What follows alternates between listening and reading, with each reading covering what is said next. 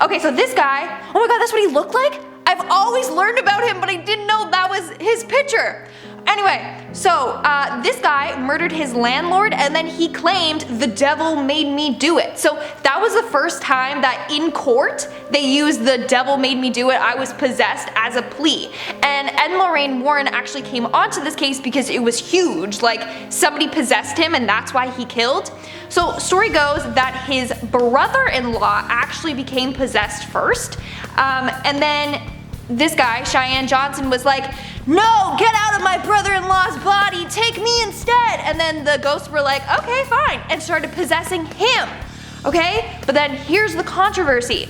The brother-in-law's brother claims that he just suffered from mental illness, and Ed and Lorraine Warren came in and was like, hey dude, if you claim that your whole family was possessed and you were possessed by a demon, then you'll make millions of dollars, right? So they claimed possession to try and get him, you know, free, and the brother-in-law just had a mental illness and was never actually possessed, and it was all just to get money. Anyway, and then the guy actually sued Ed and Lorraine Warren for being like, hey dude, you were trying to use my brother's mental illness as a scheme to get money, which is sick. Jersey man Steven Zellner originally owned the mirror and had attempted to conjure spirits from the reflection. Oh, he would I heard about sit in front this. of the mirror for hours in complete darkness except for a red light bulb, asking for his dead family members. For 2 weeks, Steven would carry out this routine, telling the glass to bring forth his deceased loved ones. Then,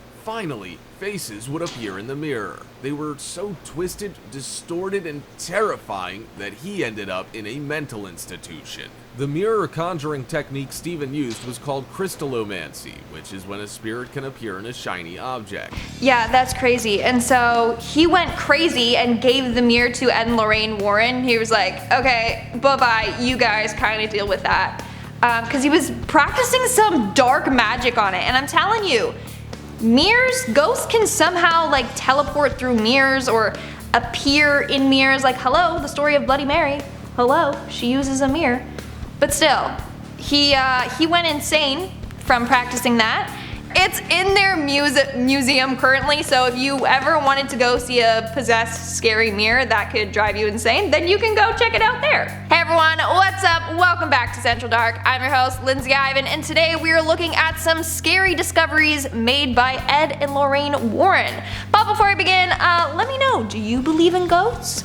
Do you believe that Ed and Lorraine Warren could actually communicate with ghosts? Because there's a lot of debate and controversy over them. Some say that, you know, they were just a sham in it for the money. But let me know in the comments below. The world looking for unique dolls to add to their collection. So when a doll collector came across these two dolls with no ears, she thought nothing of adding them to her collection. However, they would prove to be almost deadly.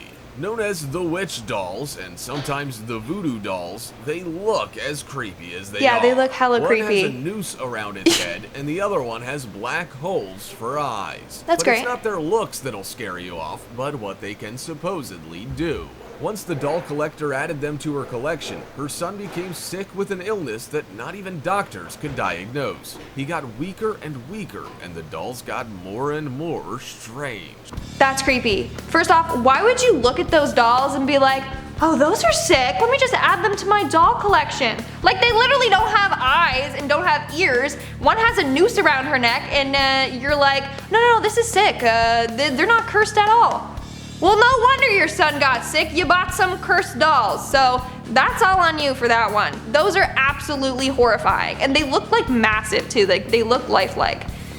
That's disgusting. Okay, so this is the Smurl family, and Ed and Lorraine Warren, this is what the Conjuring 2 or 3 was based off of. Actually, I think it was Conjuring 2.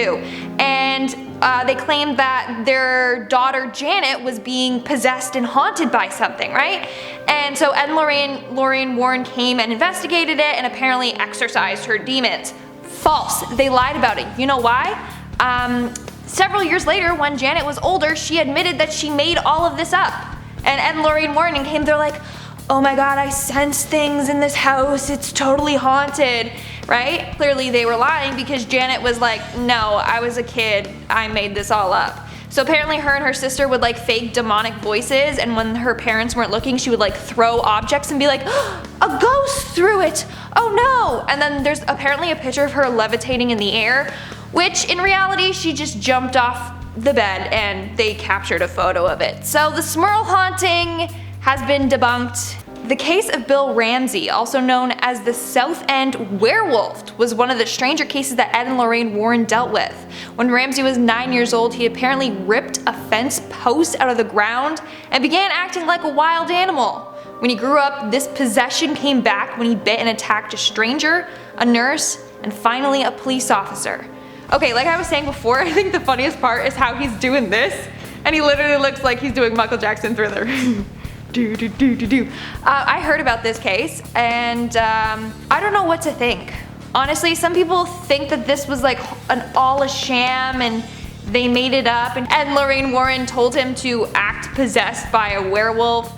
I don't even know, because first off, he's possessed, not by a ghost, no, a werewolf. So that's two things from the supernatural. Werewolves can possess people now? Toy monkey that features in the Warrens Occult Museum is also present in The Conjuring, Annabelle Comes Home, and The Conjuring 2.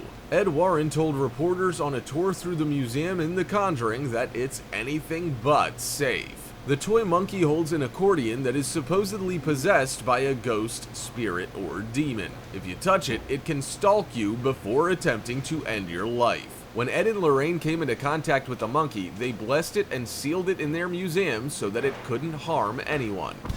Okay, that's really creepy. But out of all things that you could possess as a ghost, this dude chose a monkey's accordion? Like, out of all things! They're like, oh, you know what? That looks sick. I really want to be a monkey playing an accordion today. That's crazy. And if you touch it, then you die? It's a good thing that they have it locked away, because people would just, you know, if you're in a museum, people like to touch things. So it needs to be locked away, because you don't want visitors just dropping dead all of a sudden. Like, oh, what's this? And then they're gone. When Roger and Carolyn Perron moved their family, including their 5 young daughters, to their new 200-acre home in Harrisville, Rhode Island, they were unaware of its allegedly insidious former resident. Okay. Originally built in 1736, the country home was once inhabited by Bathsheba Tanner and her 4 children, 3 of whom died young. Despite the era's high infant mortality rate, those deaths and the circumstances around those were suspicious in the town. She allegedly hanged herself in the backyard? Oh my god. While the Perron family lived in the home, numerous pleasant ghostly interactions like spirits playing with the children or helping to do chores were reported. Well, at least they're good and it's pleasant, you know? It could have gone worse. At least they were helping with the chores. They're like, hey, you know what? We're just gonna live in your house. And we're not charging rent, so you know what, I'll just help you clean. We'll like sweep up, we'll clean the bathroom, we'll do a few chores, we'll wash the dishes, and in return you just let us crash on your couch. How about that? I think this is the story that Conjuring 1 was based off of, I believe, because I remember Bathsheba. If this is true, then the mom totally got possessed and it was crazy. That movie scarred me, the possession scene. Honestly, all scary movies' possession scenes totally creep me out. Just like the blood and the oh god. Their eyes rolling back and they're all sweaty and I don't know, it grosses me out. Okay, so remember I was just talking about Janet Hodgkin or whatever her name is? This is the picture of her apparently being possessed by spirits. Ed and Lorraine Warren, I believe, captured this photo and they're like, look!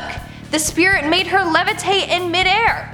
Well, guess what? She just jumped off her bed and they took the photo of her. So, is that really a discovery or is that just a quick, rich scheme, you know? The Perron family music box appeared in the fictional film The Conjuring, but got its origins from Lorraine and Ed's real experiences involving the Perron family from Rhode Island. The Perrons lived in a farmhouse in Harrisville for 10 years, purchasing the 200-acre property to raise their 5 daughters. During their ownership, they endured many spooky and utterly terrifying experiences that would send shivers up your spine. In The Conjuring, the music box pops open and plays by itself. The Warrens are called in to rid the property of Bathsheba Sherman, a Satanist, demon, and witch who supposedly hung herself on the property in the 19th century.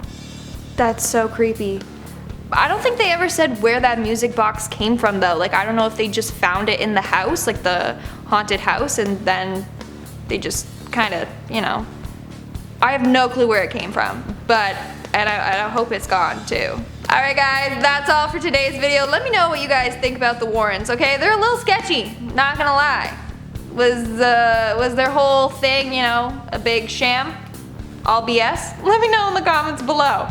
With that being said, stick around for some bloopers, and bye guys, I'll see you when I see you. Oh my god, look at him, cause it's the thriller. He's literally doing that, and he's a wolf man. That's crazy. Okay, sorry, I should start. First off, okay, hold on. First off, he's possessed. Oh my god, I can't speak today. And then the mirror is actually in the Lorraine Warren's museum. Lorraine Warrens, that was nice. But of all things that you could possess as a goat, oh my god, I need to leave, as a goat. Okay,